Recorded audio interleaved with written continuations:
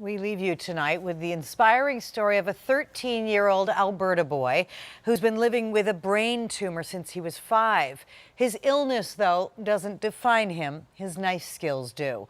Jonathan Giovannoni is now a competitive chef. CTV's Alberta Bureau Chief Janet Dirks with his recipe for success. 13-year-old Jonathan Giovannoni has been cooking for more than half his life. Yeah, I've been in the kitchen since I was 5 and cooking every night since I was about 9. Today he's making a family specialty.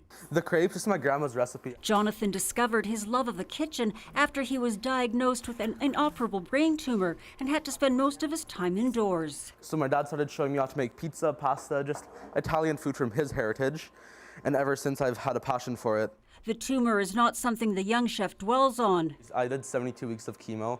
So back then I was a bit dizzy, chemo side effects, but now I'm doing pretty good. He credits cooking for helping his family get through tough times. We were all, my parents especially, were very nervous going through chemo, going with me to chemo.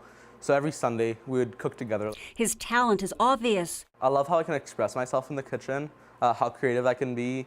And I just love creating new things. He plates like a pro. Last week he was the youngest competitor at the World Food Championships in Alabama, and he just won an episode of Chopped Canada Junior, donating the $5,000 prize money to Make-A-Wish Canada, a gesture celebrated at his junior high school. For him, it was taking away attention from the negative and putting it on the positive. It's the good food, it's the good times. Not surprisingly, Jonathan sees food in his future. I want to open up my own restaurant. He wants to share the sweet and savory side of life. Janet Dirks, CTV News, Calgary.